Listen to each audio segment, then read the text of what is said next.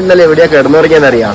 വയനാട് തന്നെയുള്ള one of the most beautiful home stay ആയിട്ടുള്ള അരുവി ഹോം സ്റ്റേയിലാണ്. അപ്പൊ ഞാൻ നിങ്ങൾക്ക് ഇന്ന് അരുവി ഹോം സ്റ്റേന്റെ വിശേഷങ്ങൾ കാണിച്ചു തരാം.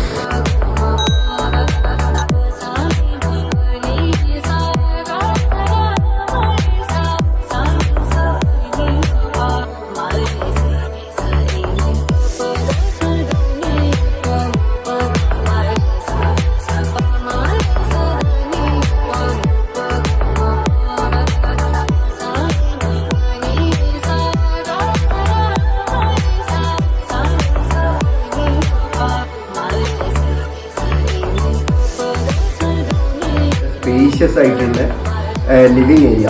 ഇവിടെ സത്യം പറഞ്ഞു കഴിഞ്ഞാൽ ഒരു ഫാമിലി വന്നു കഴിഞ്ഞാൽ ഒരു ഫാമിലി മൊത്തമായിട്ട് സ്റ്റേ ചെയ്യാൻ വേണ്ടിയിട്ട് പറ്റിയ അടിപൊളി ഒരു ഹോം സ്റ്റേ ആണ് ഇത്. ഇവിടുത്തെ സ്റ്റേ തന്നെ അതൊരു പ്രത്യേക ഒരു ഫീലാണ്. ഞാൻ നിങ്ങൾക്ക് റൂമിൻ്റെയും ബാക്കി വിശേഷങ്ങളും കാണിച്ചു തരാം. ഞാൻ പറഞ്ഞ പോലെ തന്നെ അവർക്ക് ഇഷ്ടം പോലെ 3-4 ഹോട്ടൽസായിട്ട് അവർക്ക് ടൈപ്പ് ഉള്ളത് കൊണ്ട് ഇപ്പം നിങ്ങൾക്ക് ബ്രേക്ക്ഫാസ്റ്റിന് പുറമെ വേറെ എന്തെങ്കിലും ലഞ്ചോ ഡിന്നറോ എക്സ്ട്രാ അഡീഷണൽ ആവശ്യമുണ്ടെങ്കിൽ നിങ്ങൾ ഇവിടെ ഇരുന്ന് ഒരു പാട്ട് കേട്ട് കഴിയുന്ന സമയം കൊണ്ട് ഫുഡ് റെഡി ആയിരിക്കും. ഇനി ഓർഡർ ചെയ്ത ഫുഡ് വന്നു കഴിഞ്ഞാൽ നമ്മൾ ഇവിടെ ഇരുന്നിട്ടാണോ കഴിക്കുമെന്ന് ചോദിച്ചു കഴിഞ്ഞാൽ അല്ല, ഇവർക്ക് സെപ്പറേറ്റ് ആയിട്ട് ഒരു കിച്ചൺ ഏരിയ ഉണ്ട്. ഇവിടെ നമുക്ക് ഈ കിച്ചൺ ഏരിയയിൽ ഇരുന്നിട്ട് നമുക്ക് നമ്മളെ ബ്രേക്ക്ഫാസ്റ്റോ ലഞ്ചോ നമ്മളെ മീൽസ് എന്ത് കഴിഞ്ഞാലും ഇവിടെ നമുക്ക് ആസ്വദിച്ചിട്ട് കഴിക്കാം. നമുക്കിപ്പോൾ രാവിലെ തന്നെ എണീച്ച് ഒരു ചായ കുടിക്കണം എന്ന് വെച്ചിട്ടുണ്ടെങ്കിൽ ആരും ബുദ്ധിമുട്ടിപ്പിക്കേണ്ട ആവശ്യമില്ല.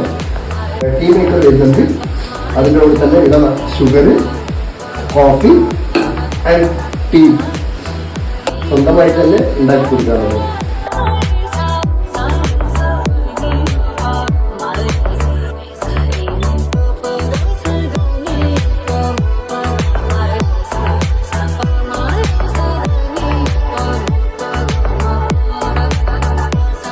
ഈ ഹോം സ്റ്റേന്റെ ഏറ്റവും അടിപൊളിയായിട്ടുള്ള സ്ഥലത്തേക്ക് പോകുന്നത് ഇവരുടെ ബെഡ്റൂം.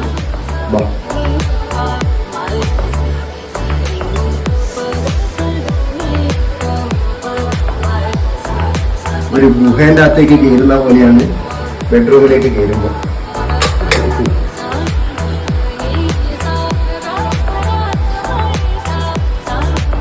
ശരിക്കും പറഞ്ഞാൽ ഒരു ഗുഹേന്റെ അകത്ത് പുലി വന്ന് കിടക്കുന്ന ഒരു ഫീൽ. രണ്ട് സൈഡും നല്ല പാറയുള്ളതിനെ കൊണ്ട് തന്നെ ഇവിടെ വേറെ AC-ന്റെയോ ഫാനിന്റെയോ ഒന്നും ഒരു ആവശ്യമില്ല. നല്ല തണുപ്പുണ്ട് ഈ റൂമിൽ കിടക്കുന്ന സമയത്ത്.